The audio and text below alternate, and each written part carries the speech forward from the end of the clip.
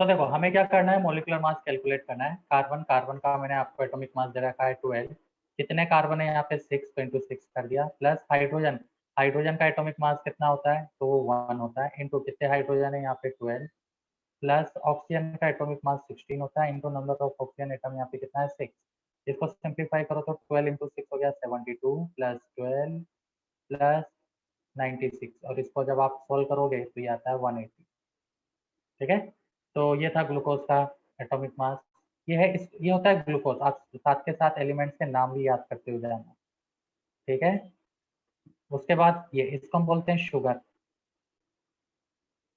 C12H22O11, ये अपना sugar होता है। तो शुगर में कार्बन, कार्बन का एटॉमिक मास कितना होता है, आप सभी को पता है। कार्बन का एटॉमिक मास होता है 12 into number of carbon atom है यहाँ पे 12, प्लस हाइड्रोजन का एटॉमिक मास होता है 1 into number of hydrogen atom है 22।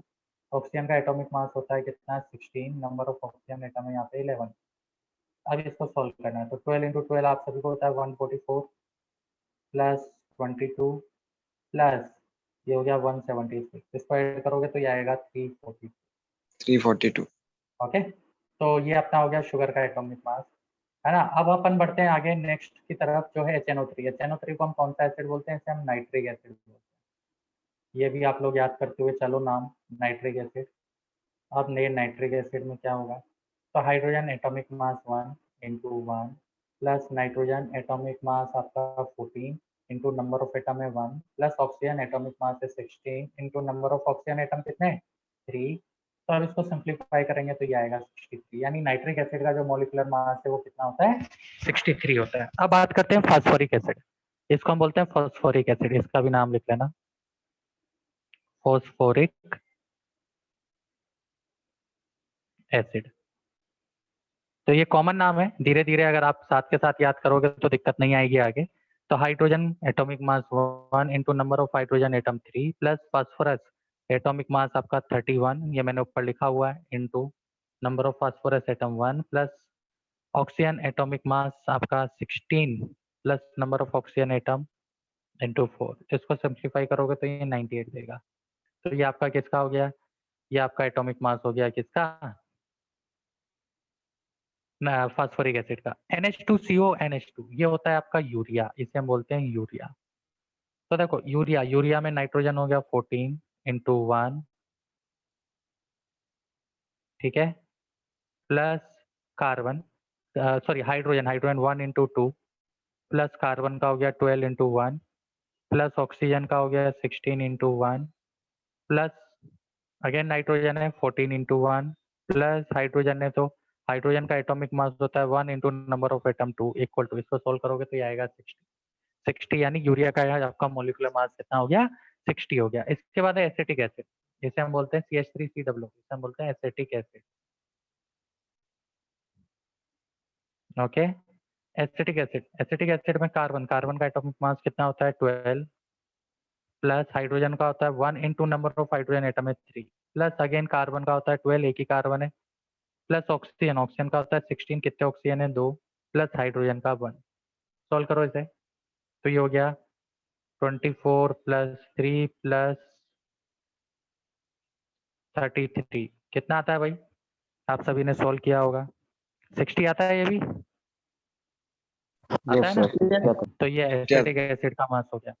आगे बढ़ते हैं, इसको हम बोलते हैं फॉस्फेट आयन। फॉस्फोरिक एसिड है ना ये आपका, देखो फिफ्थ वाला, इससे मैं क्या कर रहा हूँ, मैं 3 H प्लस निकाल रहा हूँ, तो ये जो आपका आयन बना है इसे हम बोलते हैं फॉस्फेट आयन, ये नाम याद रखना,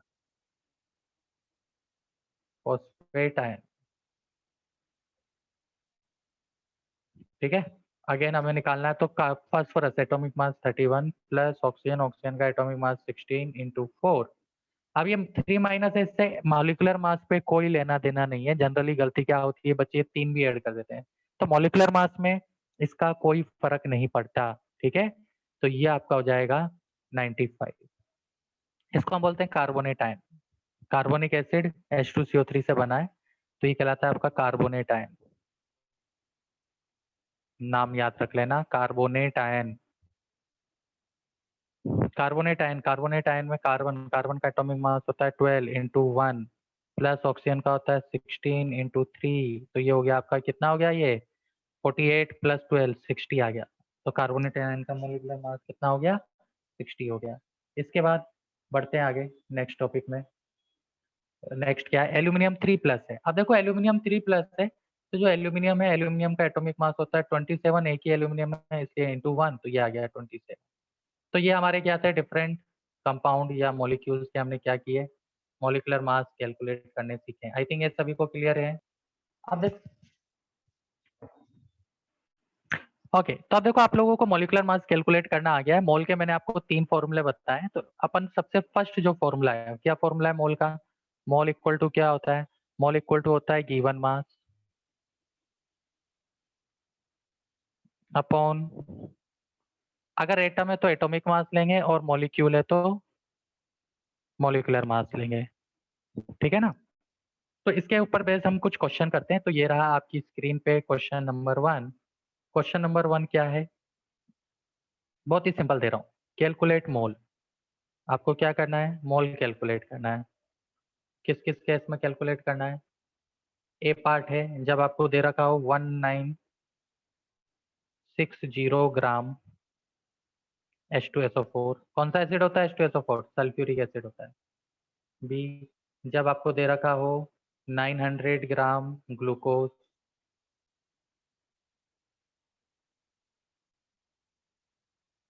सी, जब आपको दे रखा हो 630 ग्राम नाइट्रिक एसिड। इन तीनों केस में आप लोगों को क्या करना है? मोल निकालना है। चलो जल्दी से मोल निकालो, फिर डिस्कस करते हैं। करो सो।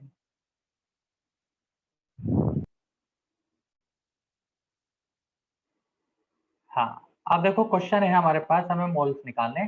तो सबसे पहले हमें देखो गिवन मास दी, ये ग्राम दिया हुआ है ना, मतलब ये क्या है? ये गिवन मास है। तो हम ये फॉर्मूला यूज करेंगे। अच्छा, H2SO4 मॉलिक्यूल है, इसका मॉलिक्यूलर मास आपने निकाला 98 आता है ना? ग्लूकोज का मॉलिक्यूलर मास 180 आता है, और नाइट्रिक एसिड का भी अपन ने निकाला 63 आता है। दोबारा निकालने की कोई जरूरत नहीं है। ठीक है, अब हमें मोल निकालना है। तो मोल इक्वल टू क्या हो गया? गिवन मास जो कि है 1960 अपॉन मॉलिक्यूलर मास जो कि है 98। सॉल्व करोगे तो कितना आ गया? 20 आ गया। तो ये तो फर्स्ट का आंसर हो गया। ठीक है, 20। ए पार्ट का। यस, बी पार्ट की बात करें। बी पार्ट में आपके पास मोल निकालना है। गिवन मास है 900, मॉलिक्यूलर मास कितना है? 180। तो कितना आ गया मोल? ये आ गया आपका 5। सी पार्ट की बात, तो सी पार्ट में एन इक्वल टू, मोल्स हमें निकालना है। गिवन मास है 630 अपॉन मॉलिकुलर मास कितना होता है? 63। कितना आ गया? 10 आ गया। तो ये हमारे आंसर हो गए। सभी का करेक्ट है भाई? फिर मास बढ़ा ग्राम जाए में आगे। लेना है। हाँ, मास हमें हमेशा यहाँ पे लिख लो, चाहो तो ग्राम में लेना है। जब आप मास ग्राम में लोगे तो ये आपका मोल क्या होगा? इजीली कैलकुलेट होगा नॉर्मल यूनिट। अच्छा, अब बात आती है कि मोल की एसआई यूनिट क्या होती है ना? ज़्यादातर बच्चों को, तो अगर किसी को डाउट है कि यूनिट क्या होती है मोल की, तो मोल की यूनिट होती है MOL। ये इसकी एसआई यूनिट है, नोट करना। अब सेकेंड फॉर्मूला हमारे पास है क्या? मोल इक्वल टू क्या होता है? वॉल्यूम ऑफ गैस अपॉन, तो इससे रिलेटेड कुछ क्वेश्चन कर लेते हैं। वॉल्यूम ऑफ गैस कौन सी यूनिट में? लीटर में। किस पे? STP पे, अपॉन 22.4 होता है ना? तो करें कुछ क्वेश्चन इस वाले फॉर्मूले से रिलेटेड। चलो आ जाओ, आपको अगेन मोल निकालना है। क्वेश्चन 2 दे रहा हूँ मैं।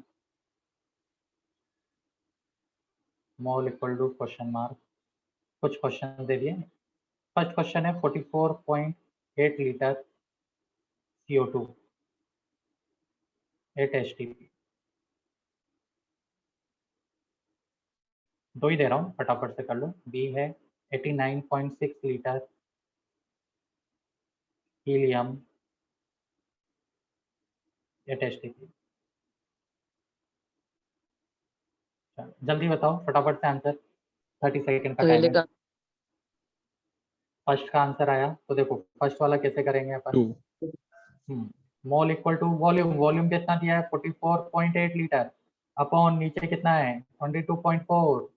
सॉल्व करेंगे तो कितना आ गया? ये 2 मोल आ गया। सभी का आ रहा है क्या? देखो कैलकुलेशन, ये अपने ए पार्ट का आंसर है। हाँ भाई, बी पार्ट का बोलो जल्दी से, किसका आया बी पार्ट का आंसर? 4 4 आ रहा है। तो देखो कैसे करेंगे। Mole equal to volume, volume कितना है? 89.6 लीटर अपॉन 22.4। अब आप लोगों की कैलकुलेशन फास्ट होनी चाहिए, आपको समझ में आना चाहिए कि 22.4 को जब 4 से मल्टीप्लाई करेंगे तो 89.6 आएगा, तो 4 मोल आ गए। ये हमारा था। देखो भाई, किसी को गैस कोई कौन सा डाउट है उससे फर्क नहीं पड़ता? क्या चीज? गैस कौन सा है उससे कोई फर्क नहीं पड़ता, बिल्कुल, बस उसका वॉल्यूम लीटर में होना चाहिए और एसटीपी पे होना चाहिए। ठीक है सर ये नो सिंबल है मोल मोल का। हाँ, एन एन हम केमिस्ट्री में एन मतलब मोल लेते हैं, सिंबल ये मोल का सिंबल है केमिस्ट्री के अंदर। जहाँ भी स्मॉल एन है जनरली, हमेशा नहीं, और भी जगह एन यूज करते हैं, तो जनरली हम स्मॉल एन मोल का सिंबल लेते सर हैं। हाँ बोलो। जब हम आंसर में लिखते हैं 2 मोल, हाँ हाँ नहीं, तब तो हम ई ये नहीं लिखेंगे, ई नहीं लिखेंगे, MON ओनली, ठीक है ना, ई नहीं लिखेंगे, हाँ यस सर।